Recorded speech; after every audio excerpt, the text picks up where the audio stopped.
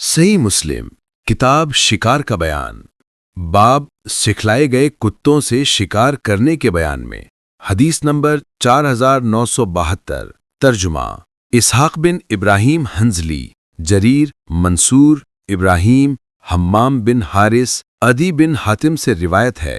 फरमाते हैं कि मैंने अर्ज किया, ए अल्लाह के रसूल सल्लल्लाहु अलैहि वसल्लम, मैं सिखलाए गए कुत्तों को भेजता हूँ और वो मेरे लिए शिकार को रोक रखते हैं और मैं उस पर अल्लाह का नाम बिस्मिल्लाह भी पढ़ लेता हूँ। तो आप सल्लल्लाहु अलैहि वसल्लम ने फरमाया, जब तू अपने सिखलाए गए कुत्ते को भेजे और उस पर अल्लाह का नाम ले तो तू उसे यानी शिकार को खा। मैंने अर्ज किया, अगरचे वो इसे मार डाले? आप सल्लल्लाहु अलैहि वसल्लम ने फरमाया, अगरचे वो इसे मार डाले, शर्त ये कि कोई और कुत्ता उसके साथ मिल न गया हो। मैंने आप सल्लल्लाहु अलैहि वसल्लम से अर्ज किया, मैं बगैर पर का तीर शिकार को मारता हूँ और वो मर जाता है। आप सल्लल्लाहु अलैहि वसल्लम ने फरमाया, जब तू बगैर पर के तीर शिकार को मारे और वो उसके पार हो जाए तो उसे खा ले, और अगर वो तीर के अर्ज से शिकार मर जाए तो फिर तू इसे मत खा।